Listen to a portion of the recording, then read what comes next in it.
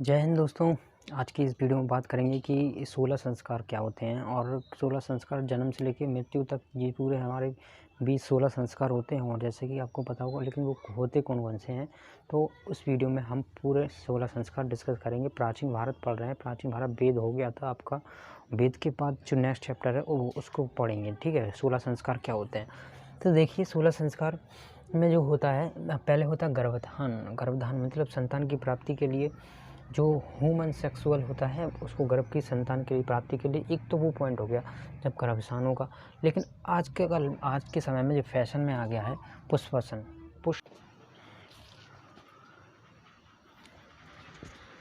तीसरा है आपका सीमांतोन्नयनम, मतलब गर्भ में संतान की रक्षा, जो गर्भ से संतान की रक्षा होती है उसको तीसरा पॉइंट आता है। फिर आता है जातक्रम, मतलब बचपन के उत्पन्न होने पर जो संस्कार ब्रह्मा द्वारा नाम रखा जाता है कि इसका जात और जाति माति किस प्रकार से नाम निकालें, ठीक है। तो वो उसमें आता है जातक्रम में। जैसे कोई आया, इसका नाम टुल्लू रख दो, इसके नाम में कोई भी मतलब नाम तो नाम होता है भैया। तो अब आता है नामकरण।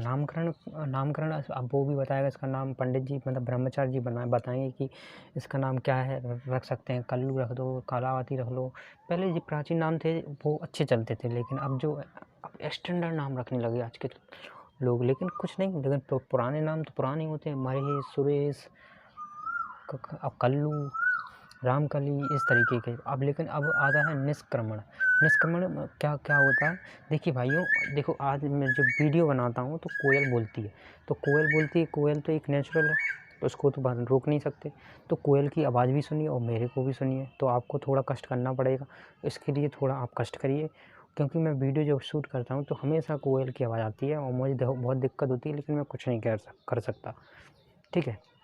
तो आप भी सपोर्ट करिए थोड़ा, मतलब मैं तो बोल ही रहा हूँ, मेरी आवाज़ ज़्यादा सुनाई देगी, लेकिन कोयल की आवाज़ भी सुनिए, मेरी भी सुनिए, ठीक है। अब निष्क्रमण में क्या होता है, पहली बार घर से बाहर निकलता है। जब बच्चा होता है छोटा, जब पहली बार घर से बाहर निकलता है उसका निष्क्रमण होता है। ये आपका छठा संस्करण है। और फिर आता है नवजात शिशु। जब छोटे से, जब उसके दांत मात आ जाते हैं, जब उसे खाना पहला कोरा या पहला निवाला दिया जाता है, तो उसे अन्न प्रशासन कहते हैं, प्रशासक, ठीक है, अन्नप्राशन, ठीक है। अब 8वां जो आता है चूड़ाकर्म में मुंडन करवाया जाता है। जब हिंदू धर्म में आपने देखा होगा कि जब बच्चा मतलब थोड़ा बहुत खाने पीने लगता है तो उसका मुंडन करवा दिया जाता है, ठीक है। और कर्ण छेदन में था, फिर कान छेदा था, लेकिन आजकल की ये प्रथा में ये मतलब नहीं देखने को मिल रहा है कि कान छेदना इतना इम्पोर्टेंट है कि नहीं। फिर आता है विद्या प्रारंभ, मतलब प्रारंभिक शिक्षा। जब स्कूल में आती प्रारंभिक शिक्षा वो ही होती है, लेकिन आज के समय में, पहले के जो समय में जो होता था विद्या, वो मठों द्वारा दी जाती थी, वहाँ पर बच्चे होते संस्कारी होते थे। लेकिन आज के समय में भाई इंग्लिश मीडियम चल गया भाई। इंग्लिश मीडियम में क्या, सबसे पहले तो ये गाली देना सिखाते, और इसको गाली दे के बताओ इसका नाम क्या है, इसको गाली दे के दिखाओ। आजकल तो यही सिखा रहे हैं, ठीक है। और लेकिन डोंट वरी, अब देखते हैं उपनयन मतलब यज्ञोपवीति धारण, मतलब थोड़ा बहुत यज्ञों के बारे में और पर्वती धारण के बारे में बताया जाता है, और वस्त्र कैसे धारण करना है, ठीक है। और वेदांत प्रारंभ, मतलब वेद का अध्ययन करना था। ये तो मतलब हिंदू धर्म में तो ये तो ना के बराबर पॉइंट, मतलब कह सकते 1-2% ही होंगे जो मतलब वेद पढ़ते होंगे, जो मंदिर पर बैठते होंगे। लेकिन आज के समय में वेद अध्ययन करना बहुत इम्पोर्टेंट है, मैं भी बताता हूँ।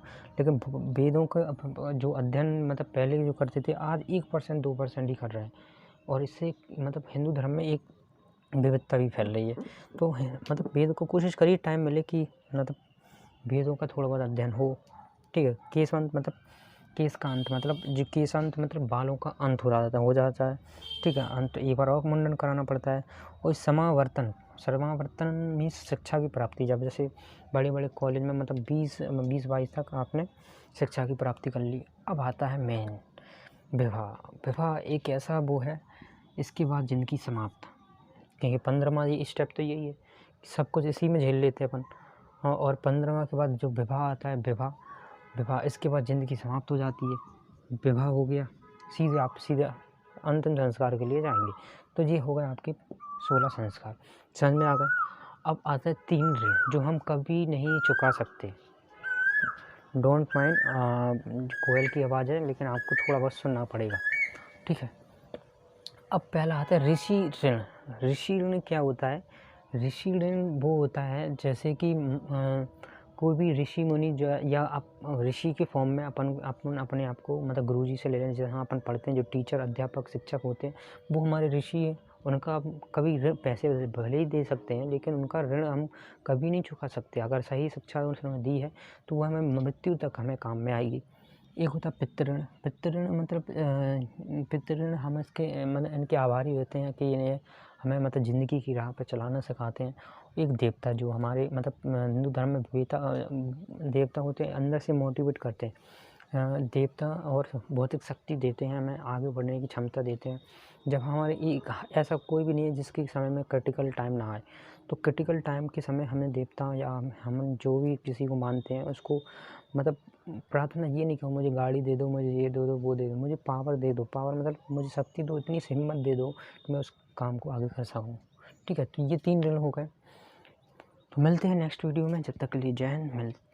तो जल्दी ही मिलेंगे। Thank you so much.